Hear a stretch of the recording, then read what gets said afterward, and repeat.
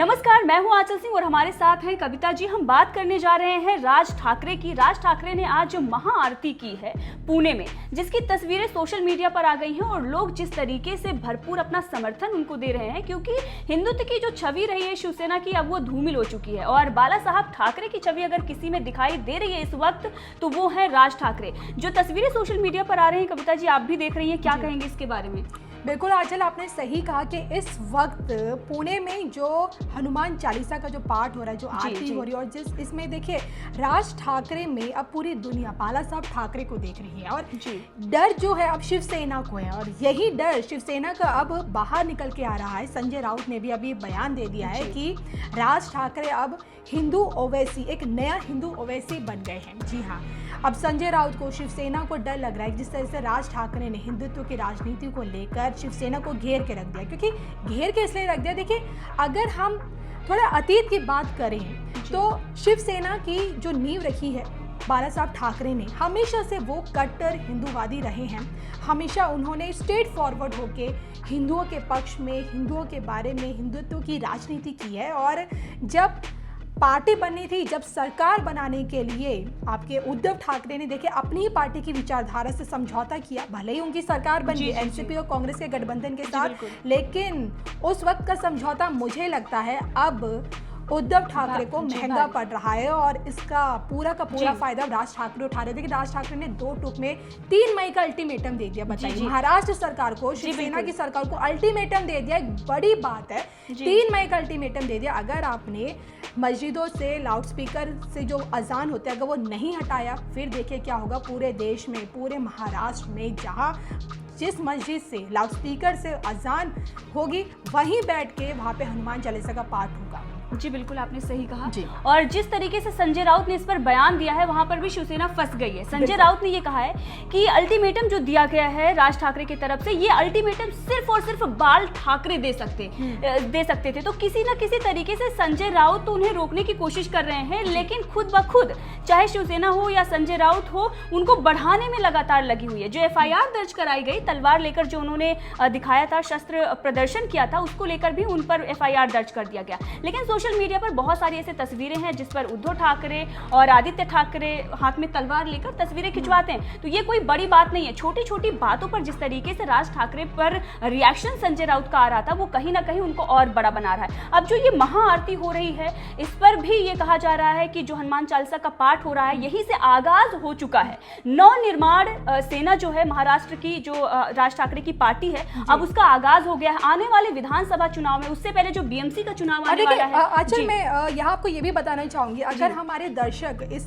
Video को देख सकते हैं, पिक्चर्स को देखिए, इसमें जो पूरा का पूरा जो गेटअप है राज ठाकरे का, वो बाला साहब ठाकरे जैसा लग रहा है। एकदम हिंदुत्व का चोला ओढ़े हुए, एकदम स्पेक्स लगाते हुए पूरी तरह भव्य आरती कर रहे हैं। पूरी दुनिया उन्हें देख रही है। तो उनमें जो मुझे लगता है, जो अगर महाराष्ट्र के वोट बैंक की बात करें तो हमेशा से शिवसेना की जो पकड़ रही है वो मराठी हिंदुओं के ऊपर रही है। और जिस तरह से शिवसेना से उद्धव ठाकरे ने जिस तरह से समझौता किया, क्योंकि देखिए हर कोई जानता है कि कांग्रेस ने, एनसीपी ने हमेशा एक विशेष वर्ग की अपीसमेंट की, एक विशेष वर्ग को क्या कहते हैं अपीसमेंट की पॉलिटिक्स की है।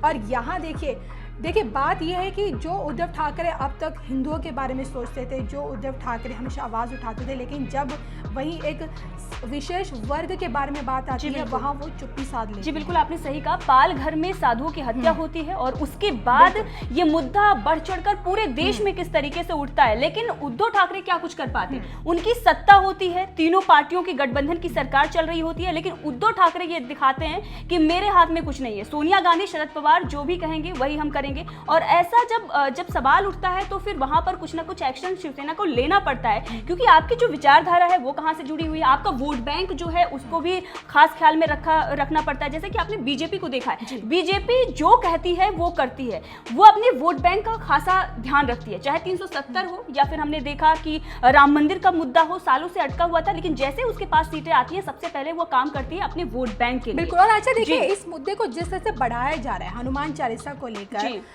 इस अजान विवाद को लेकर जो मुद्दे को बढ़ाया जा रहा है, मुझे ऐसा लगता है इसके पीछे भी ना कई सियासी मायने हम निकाल सकते हैं, क्योंकि कहीं ना कहीं अब शिवसेना को इस बात का डर लग रहा है कि मन से, या फिर यूं कहें कि राज ठाकरे के आड़ में पार्टी, या फिर यूं कहें कि बीजेपी कहीं हमारी सरकार न गिरा दे। और यही वजह है कि संजय राउत की बौखलाहट साफ दिखाई दे रही है।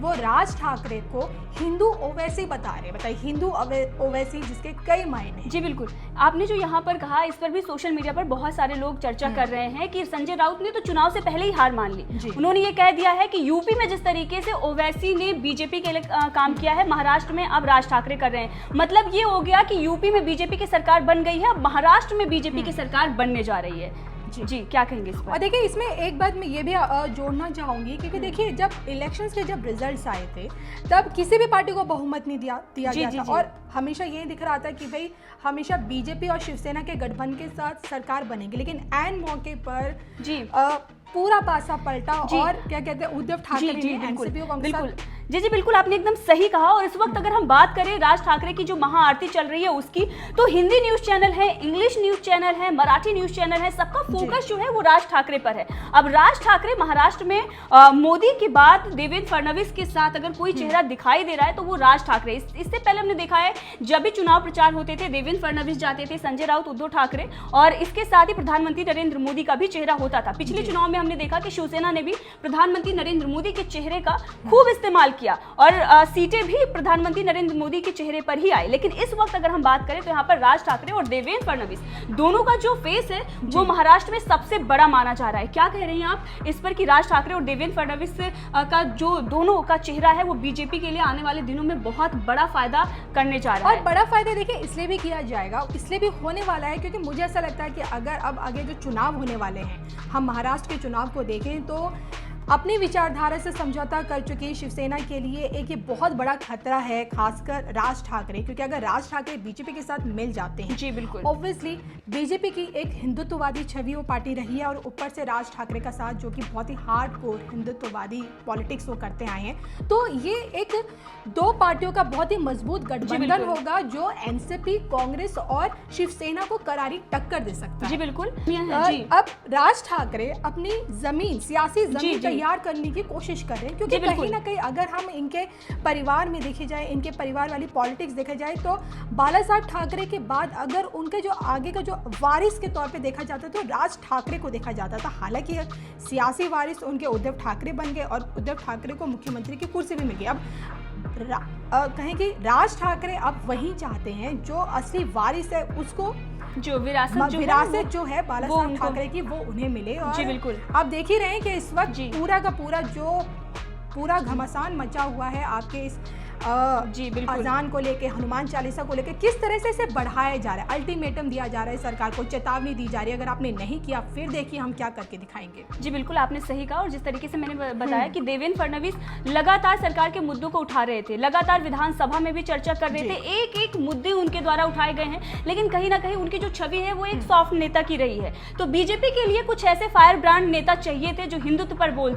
सके। हमने देखा कि बीजेपी ने आगे किया था, जो जिस तरीके से शिवसेना की जमीन रही है उस पर नारायण राणे का भी बहुत असर हमने देखा है, उनको भी आगे किया था। लेकिन उन्होंने जो बयानबाजी की, जिस तरीके से भाषण दिए नारायण राणे ने, उससे कहीं ना कहीं बीजेपी को थोड़ा नुकसान भी पहुंचा, क्योंकि वो बहुत खुलकर परिवार पर आ गए और जिस तरीके से उन्होंने शिवसेना पर कटाक्ष करना शुरू कर दिया, वो कहीं ना कहीं बीजेपी के लिए थोड़ा सा माहौल खराब करने वाला था। और अब इसीलिए राज ठाकरे और देवेंद्र फडणवीस का कॉम्बिनेशन लेकर आया गया है और ये दोनों जो है बिल्कुल सटीक बैठते हैं और अब शिवसेना को बड़ी टक्कर मिलने जा रही है। बिल्कुल, और मुझे लगता है आंचल हमें अपने दर्शकों को इसी वीडियो के साथ आगे छोड़ देना चाहिए और अपने दर्शकों से ये गुजारिश करनी चाहिए कि इस पूरे मामले पर जिस तरह से आज आप सभी को राज ठाकरे में बाला साहब ठाकरे की जो छवि दिख रही है, क्या सच में अब क्या लगता है आपको कि अब आने वाले महाराष्ट्र की पॉलिटिक्स में, आने वाले चुनाव में क्या राज ठाकरे क्या बीजेपी के साथ गठबंधन कर सकते हैं और किस तरह से शिवसेना, मतलब कहें कि महाराष्ट्र की सरकार को चुनौती दे सकते हैं, और इस पूरे विवाद में अब आगे क्या होने वाला है,